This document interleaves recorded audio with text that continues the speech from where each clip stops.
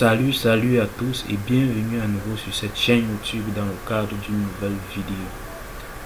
Alors, aujourd'hui dans le cadre de cette vidéo, il sera question pour nous de savoir comment automatiser les cotations de nos plans avec le logiciel Archicad.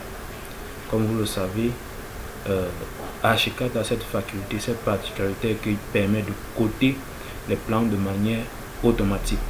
Et pour juste faire cela, nous avons besoin d'effectuer quelques réglages et quelques paramétrages.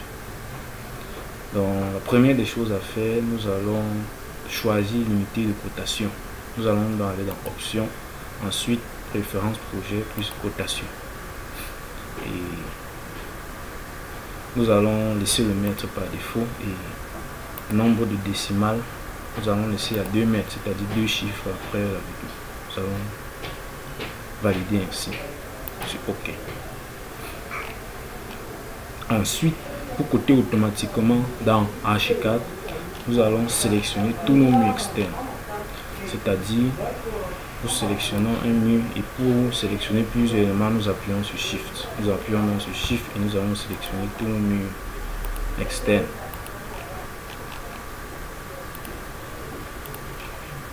Procédons à la sélection.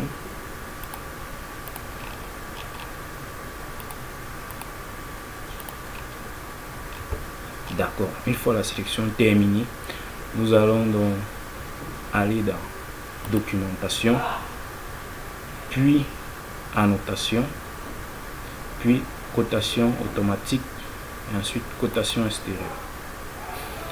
D'accord, comme vous pouvez bien le savoir, la cotation extérieure d'un plan de distribution, en cotation extérieure, nous avons 4 types de cotation. Nous avons tout premièrement la cotation des baies et des trumeaux, c'est-à-dire baies, portes et fenêtres et des trumeaux.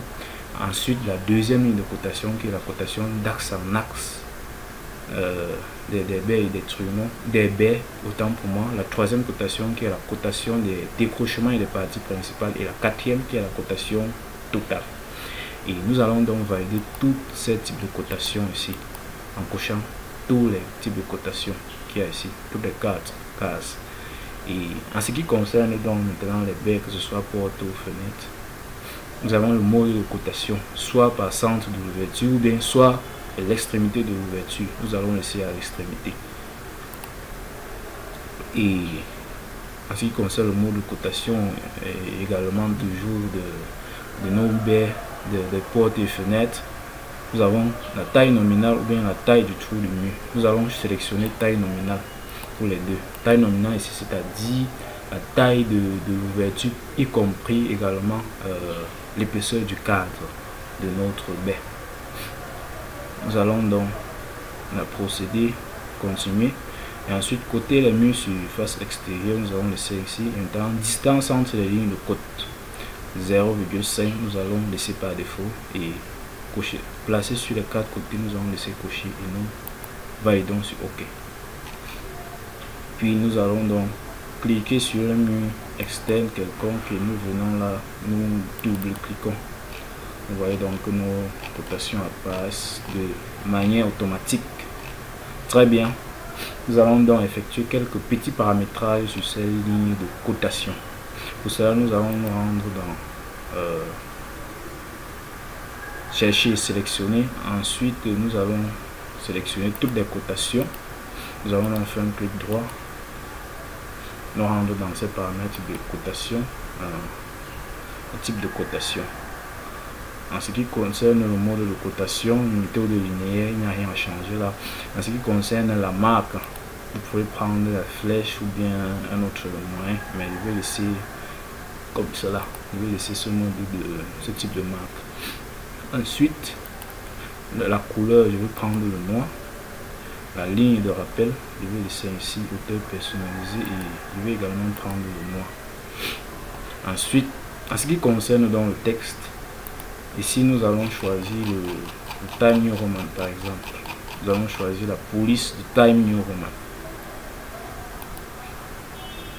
Et nous allons également mettre la couleur noire et en gras. Non, nous allons laisser le gras et la hauteur ainsi que la largeur de notre texte, nous allons laisser par défaut ainsi. En ce qui concerne donc maintenant les détails de notre cotation, nous avons là affiché aussi la hauteur des ouvertures, mais nous ne voulons pas dans notre cas afficher la hauteur des ouvertures puisque en vue de plan ce n'est pas trop nécessaire, donc nous allons donc décocher cela.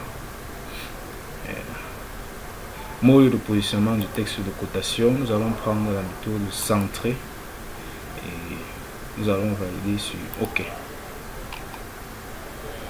D'accord.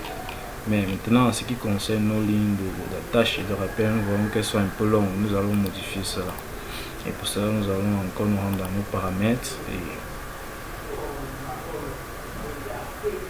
option de marque et ligne de rappel. Longueur de la ligne de rappel, nous allons par exemple, ici c'est 1 mètre, nous allons par exemple mettre 0,1 mètre. La taille de la marque, également, elle est un peu longue. Nous allons mettre par exemple 1 mm. 1,5 mm et nous allons donc valider sur OK.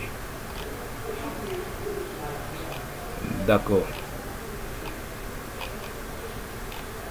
En ce qui concerne également le texte, vous voyez que certains textes de cotation sont complètement décalés de la ligne.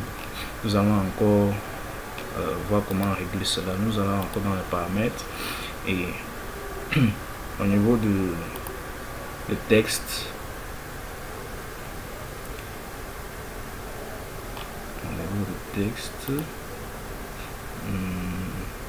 voilà, au niveau de ces détails de cotation, vous avez permettre le chevauchement avec les marques. Nous allons valider sur OK et vous voyez donc qu'il n'y a plus ce décalage juste pour le cas où les côtes sont très petites comme ceci, de 0,05.